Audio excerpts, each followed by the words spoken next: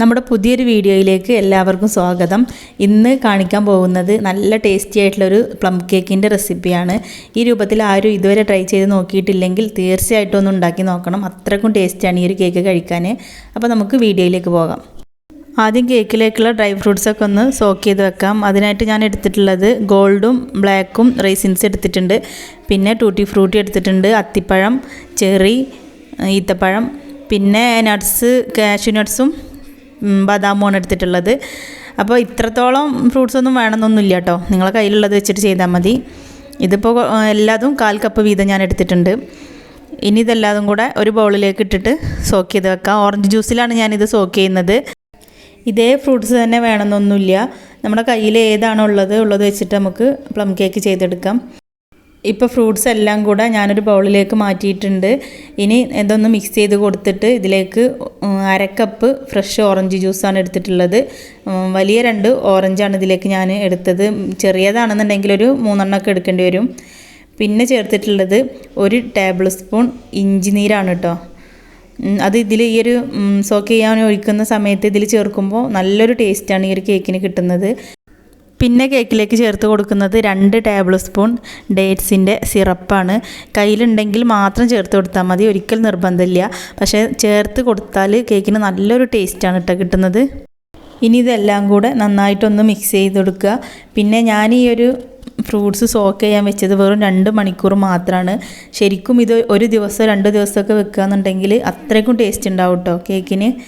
അങ്ങനെ 2 ദിവസമൊക്കെ വെക്കുകയെന്നുണ്ടെങ്കിൽ air tight ആയിട്ടുള്ള ഒരു ബൗളിലേക്ക് മാറ്റിയിട്ട് റൂം ടെമ്പറേച്ചറിൽ തന്നെ വെച്ചാൽ മതി. ഒരിക്കലും ഫ്രിഡ്ജിലൊന്നും വെക്കേണ്ട ആവശ്യമൊന്നുമില്ല. ഇതിപ്പോൾ ഞാൻ വെറും 2 മണിക്കൂർ മാത്രമാണ് കേട്ടോ സോക്ക് ചെയ്തിട്ടുണ്ടായിരുന്നത്. ഇനി കേക്കിലേക്കുള്ള കാരമൽ സിറപ്പ് തയ്യാറാക്കാം. അതിന് വേണ്ടിയിട്ട് ഞാനൊരു പാന് അടുപ്പിൽ വെച്ച് കൊടുത്തിട്ടുണ്ട്. ഇതിലേക്ക് ഇത് വെച്ച് കൊടുക്കുന്ന സമയത്ത് തീ നന്നായിട്ട് കൂട്ടി കൊടുക്കണം കേട്ടോ. നല്ല ചൂടായി വരുമ്പോൾ ഇതിലേക്ക് 1/2 കപ്പ് പഞ്ചസാര ചേർത്ത് കൊടുക്കുന്നുണ്ട്. 2 ടേബിൾ സ്പൂൺ വെള്ളം കൂടെ ഒഴിച്ചിട്ടുണ്ട് കേട്ടോ. പെട്ടെന്ന് കരിഞ്ഞു പോകണ്ടെന്ന് കരുതിയിട്ട് ഒഴിച്ചു കൊടുത്തതാണ്. ഈ സമയത്ത് തീ നന്നായിട്ട് കുറച്ച് വെച്ച് കൊടുക്കണം. എന്നിട്ട് പഞ്ചസാര മുഴുവനായിട്ട് മെൽറ്റായി വരുന്ന സമയത്ത് ബാക്കിയുള്ള വെള്ളം കൂടെ ചേർത്തിട്ട് ഞാനിതിലേക്ക് മൊത്തത്തിൽ എടുത്തിട്ടുള്ളത് 1/4 കപ്പ് വെള്ളമാണ്. അതും കൂടെ ചേർത്തിട്ട് നന്നായിട്ട് മിക്സ് ചെയ്ത് കൊടുക്കുക. പിന്നെ ഇത് ലാസ്റ്റ് മിക്സ് ചെയ്യുന്ന സമയത്ത് ഞാനിതിലേക്ക് 1 ടേബിൾ സ്പൂൺ ന്യൂട്ടെല്ല കൂടെ ചേർത്തിട്ടുണ്ടായിരുന്നു. അതും കൂടെ ആകുമ്പോൾ നല്ലൊരു ഈ കാരമൽ സിറപ്പിന് നല്ലൊരു ടേസ്റ്റും നല്ലൊരു കളറും ഔട്ടാണ് കിട്ടുക. ഇനി ഇത് തണുക്കാനായിട്ട് മാറ്റി വെക്കാം. അടുത്തതായിട്ട് കേക്കിലേക്കുള്ള ഫ്ലോറൊക്കെ ഒന്ന് മിക്സ് ചെയ്തെടുക്കാം. അതിന് വേണ്ടിയിട്ട് ഞാനിവിടെ 1/4 കപ്പ് മൈദയാണ് എടുത്തിട്ടുള്ളത്. 250 ml കപ്പിൽ 1/4 കപ്പ്. പിന്നെ ഇതിലേക്ക് 2 ടേബിൾ സ്പൂൺ കോൺഫ്ലോറും 1 ടീസ്പൂൺ ബേക്കിംഗ് പൗഡറും 1/4 ടീസ്പൂൺ ബേക്കിംഗ് സോഡയും 1/4 ടീസ്പൂൺ ഉപ്പും 1 ടീസ്പൂൺ ഗരം മസാലയും കൂടെ ചേർത്തിട്ടുണ്ട്. ഇതെല്ലാം കൂടെ നന്നായിട്ടൊന്ന് മിക്സ് ചെയ്ത് കൊടുത്തു. പിന്നെ മിക്സ് ചെയ്ത് കൊടുത്തതിന് ശേഷമാണ് ഞാനിതിലേക്ക് കൊക്കോ പൗഡർ ചേർത്ത് കൊടുത്തിട്ടുണ്ടായിരുന്നു. ആ സമയത്ത് മറന്നുപോയി. പിന്നെ ഞാൻ ഇതിലേക്ക് വീണ്ടും 1 ടേബിൾ സ്പൂൺ കൊക്കോ പൗഡർ ചേർത്ത് കൊടുത്തിട്ട് എല്ലാതും കൂടെ നന്നായിട്ടൊന്ന് മിക്സ് ചെയ്ത് കൊടുത്തു. പിന്നെ ഞാൻ ഈ സോക്ക് ചെയ്ത് വെച്ചിട്ടുണ്ടായിരുന്ന ഡ്രൈ ഫ്രൂട്ട്സിലേക്കും 1/4 കപ്പ് മൈദ ഇട്ട് കൊടുത്തിട്ട് ഇത് നല്ലോണം ഒന്ന് മിക്സ് ചെയ്ത് വെച്ചു. നമ്മൾ കേക്ക് ബാറ്റർ ഉണ്ടാക്കുന്ന സമയത്ത് അതിലേക്ക് ഇട്ട് കൊടുക്കുമ്പോൾ അടിയിലേക്ക് താഴ്ന്നു പോകണ്ടെന്ന് കരുതിയിട്ടാണ് ഇങ്ങനെ മൈദ ഇട്ടിട്ട് മിക്സ് ചെയ്ത് കൊടുക്കുന്നത്. കേക്കിൻ്റെ എല്ലാ ഭാഗത്തും ഫ്രൂട്ട്സ് ഇങ്ങനെ നിൽക്കുമ്പോഴാണ് അതിൻ്റെ ഒരു ടേസ്റ്റ്, അല്ലെങ്കിൽ അടിയിലേക്ക് താഴ്ന്നു പോവും. അതിന് വേണ്ടിയിട്ടാണ് ഇങ്ങനെ ചെയ്തിട്ടുള്ളത്. പിന്നെ ഈ ഒരു കേക്കിലേക്ക് ഞാൻ എടുത്തിട്ടുള്ളത് 3 എഗ്ഗാണ്.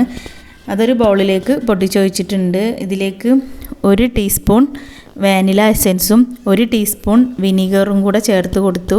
പിന്നെ 1/4 കപ്പ് പൊടിക്കാത്ത പഞ്ചസാരയും കൂടെ ചേർത്തിട്ട് നന്നായിട്ടൊന്ന് ബീറ്റ് ചെയ്തെടുത്തു. ഒരു 2-3 മിനിറ്റ് നേരം ഫുള്ള് സ്പീഡിലിട്ടിട്ട് തന്നെ ബീറ്റ് ചെയ്തെടുക്കണം. എഗ്ഗിൻ്റെ സ്മെല്ലൊക്കെ നന്നായിട്ട് പോയി കിട്ടാൻ വേണ്ടിയിട്ടാണ് ഇങ്ങനെ കുറച്ച് സമയം ബീറ്റ് ചെയ്തെടുക്കുന്നത്. പിന്നെ വിനീഗർ ചേർക്കുമ്പോഴും എഗ്ഗിൻ്റെ സ്മെല്ലൊക്കെ ഒന്ന് പോയി കിട്ടും. ഇപ്പോൾ എഗ്ഗൊക്കെ ഇവിടെ നന്നായിട്ട് പതഞ്ഞ് വന്നിട്ടുണ്ട്. ഇതിലേക്ക് നേരത്തെ തയ്യാറാക്കി വെച്ചിട്ടുണ്ടായിരുന്ന കാരമൽ സിറപ്പ് ഒഴിച്ചു കൊടുത്തു. കാരമൽ സിറപ്പ് ന്യൂട്ടെല്ലയും കൂടെ മിക്സ് ചെയ്ത് വെച്ചിട്ടുണ്ടായിരുന്നല്ലോ, അത് ചേർത്ത് കൊടുത്തിട്ടുണ്ട്. പിന്നെ 1/4 കപ്പ് ബട്ടറും 2 ടേബിൾ സ്പൂൺ സൺഫ്ലവർ ഓയിലും കൂടെ ചേർത്ത് കൊടുത്തിട്ടുണ്ട്. മുഴുവനായിട്ടും ബട്ടർ എടുക്കുകയെന്നുണ്ടെങ്കിൽ അങ്ങനെ ചെയ്യാം, അല്ല 2 ടേബിൾ സ്പൂൺ സൺഫ്ലവർ ഓയിൽ ഒഴിച്ച് കൊടുക്കുകയെന്നുണ്ടെങ്കിൽ അങ്ങനെയും ചെയ്യാം, എന്തായാലും കുഴപ്പമില്ല. പിന്നെ നേരത്തെ തയ്യാറാക്കി വെച്ചിട്ടുണ്ടായിരുന്ന ഫ്ലോറൊക്കെ ഇതിലേക്ക് മിക്സ് ചെയ്ത് കൊടുത്തിട്ടുണ്ട്. ഫോൾഡ് ചെയ്ത് കൊടുക്കുകയാണ് ചെയ്തത്. ഞാൻ ചില സമയത്ത് കേക്ക് ഉണ്ടാക്കുമ്പോൾ ബീറ്റർ വെച്ചിട്ട് തന്നെ ഫ്ലോർ മിക്സ് ചെയ്ത് കൊടുക്കലുണ്ട്. ഇതിപ്പോൾ ഞാൻ സ്പാച്ചില വെച്ചിട്ട് ഫോൾഡ് ചെയ്ത് കൊടുക്കുകയാണ് ചെയ്തിട്ടുള്ളത്. പിന്നെ നമ്മൾ സാധാരണ കേക്കിൻ്റെ ബാറ്റർ മിക്സ് ചെയ്യുന്നത് പോലെയല്ല, കുറച്ചൊരു തിക്കായിട്ടായിരിക്കും പ്ലം കേക്കിൻ്റെ ബാറ്റർ ഉണ്ടാവുന്നത്. അത് എന്താണെന്ന് വെച്ചാൽ നമ്മൾ മറ്റുള്ള കേക്കിൽ നമ്മൾ പാലൊക്കെ ചേർത്തിട്ടാണല്ലോ മിക്സ് ചെയ്യുക. ഇത് കാരമൽ സിറപ്പാണല്ലോ ചേർക്കുന്നത്, അതുതന്നെ കുറച്ചൊരു തിക്കായിട്ടാവില്ലേ. അപ്പോൾ അത് കാരണം ബാറ്റർ ലൂസായിട്ടുണ്ടാവില്ല, കുറച്ച് തിക്കായിട്ട് തന്നെയാണ് ഉണ്ടാവുക. ഇപ്പോൾ ഫ്ലോർ ഇവിടെ മുഴുവനായിട്ട് മിക്സ് ചെയ്ത് കഴിഞ്ഞു. ഇനി ഇതിലേക്ക് 1 ടീസ്പൂൺ ഓറഞ്ചിൻ്റെ തൊലിയാണ് എടുത്തിട്ടുള്ളത്. ആ പുറത്തുള്ള തൊലി മാത്രം, ഉള്ളിലുള്ള വൈറ്റ് പോർഷൻ പെടരുത്, കയ്പ്പ് രസം ഉണ്ടാവും. പിന്നെ ഫ്രൂട്ട്സും ചേർത്ത് കൊടുത്തിട്ടുണ്ട്. ഇനി ഇതും പതുക്കെ ഒന്ന് മിക്സ് ചെയ്തെടുക്കുക. നന്നായിട്ട് മിക്സ് ചെയ്യണം, എന്നാൽ കൂടുതൽ ഇട്ടിട്ട് ഇളക്കാൻ പാടില്ല. അങ്ങനെ ആകുമ്പോൾ ഈ ബാറ്റർ താഴ്ന്നു പോവുകയും ചെയ്യും. അപ്പോൾ അതിനനുസരിച്ച് തന്നെ നോക്കിയിട്ട് കുറച്ച് ഇട്ട് കൊടുത്തിട്ട് പതുക്കെ ഫോൾഡ് ചെയ്തെടുക്കുക. 4 പ്രാവശ്യമാക്കിയിട്ട് ഇട്ട് കൊടുത്തിട്ടാണ് ഞാൻ ഈ ഒരു ഫ്രൂട്ട്സ് ഇതിൽ മിക്സ് ചെയ്തെടുത്തിട്ടുണ്ടായിരുന്നത്. ഫ്ലോർ മിക്സ് ചെയ്യാൻ വേണ്ടിയിട്ട് നിന്ന അതേ സമയത്തിന് ഞാൻ ഓവന് പ്രീ ഹീറ്റ് ചെയ്യാൻ വേണ്ടിയിട്ട് വെച്ചിട്ടുണ്ടായിരുന്നു. 180 ഡിഗ്രിയിൽ 10 മിനിറ്റ് വെച്ചിട്ടാണ് ഓവന് പ്രീ ഹീറ്റ് ചെയ്തിട്ടുണ്ടായിരുന്നത്. അതേ ഡിഗ്രിയിൽ വെച്ചിട്ട് തന്നെ കേക്ക് ബേക്ക് ചെയ്തെടുക്കുകയും ചെയ്തു. 1 മണിക്കൂറിന് ശേഷം നോക്കിയപ്പോൾ കേക്ക് ബേക്കായി വന്നിട്ടുണ്ടായിരുന്നില്ല. വീണ്ടും ഒരു 10 മിനിറ്റും കൂടെ ഞാൻ ഓവനിൽ വെച്ചിട്ടാണ് കേക്ക് ബേക്കായി കിട്ടിയത്. ഈ ഒരു കേക്ക് ഉണ്ടാക്കാൻ വേണ്ടിയിട്ട് ഞാൻ 8 ഇഞ്ചിൻ്റെ കേക്ക് ടിന്നാണ് എടുത്തിട്ടുണ്ടായിരുന്നത്. അത്യാവശ്യം ഹൈറ്റ് ഉണ്ടായിരുന്നു കേട്ടോ കേക്കിന്. പിന്നെ ബാറ്റർ ഒഴിച്ച് കൊടുത്തിട്ട് ടാപ്പ് ചെയ്ത് കൊടുത്തതിന് ശേഷമാണ് നമ്മൾ ഇതുപോലെ മുകളിൽ ഡെക്കറേഷനൊക്കെ ചെയ്യുന്നുണ്ടെങ്കിൽ അങ്ങനെ ചെയ്ത് കൊടുക്കേണ്ടത്. അല്ലെങ്കിൽ ടാപ്പ് ചെയ്ത് കൊടുക്കുന്ന സമയത്ത് ഈ നട്ട്സൊക്കെ വെച്ചത് അടിയിലേക്കാണ് താഴ്ന്നു പോവും.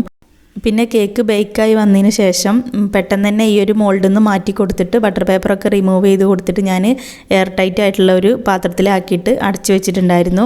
പിന്നെ പിറ്റേ ദിവസമാണ് കേക്ക് എടുത്ത് നോക്കിയിട്ടുണ്ടായിരുന്നത്. ആ സമയത്ത് നല്ല ഡാർക്ക് കളറായിട്ടുണ്ടായിരുന്നു കേട്ടോ. പിന്നെ 1 ദിവസം 2 ദിവസമൊക്കെ വെച്ചിട്ട് ഇത് കട്ട് ചെയ്യുമ്പോഴാണ് ഇതിൻ്റെ ശരിക്കുള്ള ഒരു രുചി നമുക്ക് മനസ്സിലാവുന്നത്. അപ്പം തന്നെ കട്ട് ചെയ്യാന്നുണ്ടെങ്കിൽ കേക്ക് പൊടിഞ്ഞു പോവും ഒക്കെ ചെയ്യും കേട്ടോ. ശരിക്കും അതിൻ്റെ അതായിട്ടുള്ള ആ ഒരു ടേസ്റ്റ് കിട്ടൂല. എഗ്ഗിൻ്റെ സ്മെല്ലും ഒക്കെ കൂടെ ആയിട്ട് വേറൊരു സ്മെല്ലായിരിക്കും കേക്കിന്. പിന്നെ പിറ്റേ ദിവസം ആകുമ്പോഴാണ് കറക്റ്റ് അതിൻ്റെ ഒരു ടേസ്റ്റ് കിട്ടുന്നത്. ഇപ്പോൾ കേക്ക് ഞാനിവിടെ ഒന്ന് കട്ട് ചെയ്തിട്ട് കാണിച്ചു തരാം. നല്ല സോഫ്റ്റ് ആയിട്ടുണ്ടായിരുന്നു കേട്ടോ കേക്ക്. അതുപോലെ തന്നെ ഉൾഭാഗമൊക്കെ പൊടിഞ്ഞു പോകാതെ കറക്റ്റായിട്ട് തന്നെ കിട്ടിയിട്ടുണ്ടായിരുന്നു. കഴിക്കാൻ അതിലേറെ ടേസ്റ്റ് ഉണ്ടായിരുന്നു. അപ്പോൾ നിങ്ങൾ ഒരിക്കലെങ്കിലും ഇതുപോലെ ഒന്ന് ഉണ്ടാക്കി നോക്കണം. എന്നിട്ട് നിങ്ങൾക്ക് ഇഷ്ടപ്പെടുകയെന്നുണ്ടെങ്കിൽ നിങ്ങളെ ഫ്രണ്ട്സിനും ഫാമിലിക്കൊക്കെ ഒന്ന് ഷെയർ ചെയ്ത് കൊടുക്കണം. അതുപോലെ ഈ ഒരു വീഡിയോ നിങ്ങൾക്ക് ഇഷ്ടമായാൽ തീർച്ചയായിട്ടും ലൈക്ക് ചെയ്യാൻ മറക്കരുത്. പിന്നെ എൻ്റെ ചാനൽ സബ്സ്ക്രൈബ് ചെയ്യാനും മറക്കരുത്. അപ്പോൾ ഇനിയും ഇതേപോലുള്ള സൂപ്പർ റെസിപ്പികളുമായിട്ട് വരാം. താങ്ക്